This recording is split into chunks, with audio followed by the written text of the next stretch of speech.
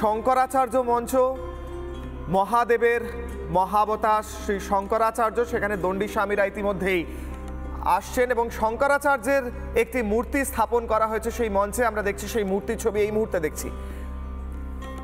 এবং অন্যদিকে প্রেমাবতার শ্রী চৈতন্য মহাপ্রভুর মঞ্চ। চৈতন্য মহাপ্রভু হলেন শ্রীকৃষ্ণের অবতার, আর শঙ্করাচার্য হলেন মহাদেব শ্রী শঙ্করের অবতার। অর্থাৎ আজ গীতার মূল মঞ্চের দুপাশে একদিকে মহাদেব অবস্থান করবেন, অন্যদিকে শ্রীকৃষ্ণের অবতার চৈতন্য মহাপ্রভু অবস্থান করবেন, আর ঠিক মাঝের মঞ্চে পার্থসারথী মঞ্চে শ্রীমদ্ ভগবত গীতা রূপে শ্রীকৃষ্ণ নিজে অবস্থান করবেন। সেই মঞ্চের ছবি আমরা দেখাচ্ছি, এরিয়াল শট। ইতিমধ্যেই সাধু সন্তরা জ্ঞানানন্দ মহারাজ এবং হিরণময় মহারাজ, নির্গুণানন্দ মহারাজ, কার্তিক মহারাজ সহ অন্যান্য দণ্ডী স্বামী, সাধু, সন্ন্যাসী, বিভিন্ন পরম্পরার তারা এসে উপস্থিত হচ্ছেন মঞ্চে। একদম সকালবেলা শুরু হয়েছে বেদ পাঠের মাধ্যমে। আমরা মেঘার কাছে আবার যাব। মেঘা, সেই মঞ্চগুলোর ছবি দেখাচ্ছিলে শঙ্করাচার্য মঞ্চে, শঙ্করাচার্য নিজে উপস্থিত রয়েছেন আমরা দেখছি একটি বিগ্রহের মাধ্যমে। সেই ছবি আরো একবার যদি দেখাও।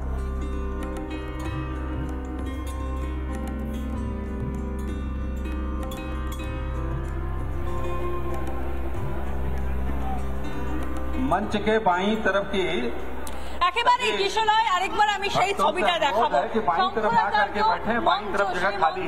সামনে আমি দেখতে পাচ্ছি এবং ঠিক তার সামনে भरा भरा है, लेकिन बाईं तरफ पूरी जगह खाली है। आप लोग वहां आराम से आके बैठे উপস্থিত হয়েছেন এবং একটু আগে আমি সেই ছবিটা তোমায় তুলে ধরছিলাম। আমি একটু যাব যদি ভক্তদের সঙ্গে কথা বলা সম্ভব হয়, কারণ তারা দূর দূরান্ত থেকে এসেছে এবং গীতা পাঠ শুরুর আগে একটু ভক্তদের সঙ্গে আমি কথা বলবো, একটু কথা বল।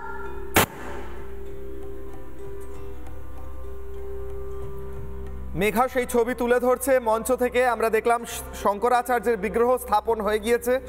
শঙ্করাচার্য মহাদেবের অবতার, তিনি ভগবত গীতার টিকা লিখেছিলেন, যে টিকা অত্যন্ত সমাদৃত ভক্ত সমাজে। অন্যদিকে শ্রী চৈতন্য মহাপ্রভু শ্রীমদ্ ভগবত গীতার বাণী গোটা ভারতবর্ষে প্রচার করেছিলেন। তার নামেও একটি মঞ্চ হয়েছে, দুটো মঞ্চ দুদিকে, এবং মাঝের মঞ্চ পার্থসারথী মঞ্চ।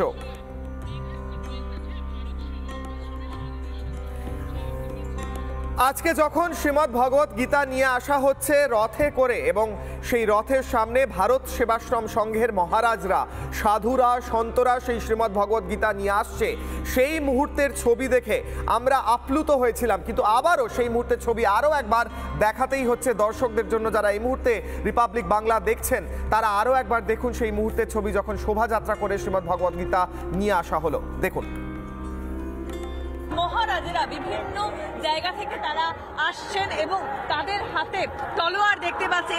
কোথা থেকে আসছেন আপনারা? ভারত সেবাশ্রম সংঘ থেকে এসে স্বামী প্রণবানন্দজি মহারাজের প্রতিষ্ঠিত ভারত সেবাশ্রম সংঘ। অর্জুনকে মোহমুক্ত করার জন্য এই গীতার গর্জন। আজ 2025 সালে এই ব্রিগেড ময়দানে আর এক কুরুক্ষেত্রের যুদ্ধের ঘোষণা। কারণ অধর্মাচারী ব্যক্তিদের বিরুদ্ধে আমাদের এই গীতার হুঙ্কার, গীতার গর্জন।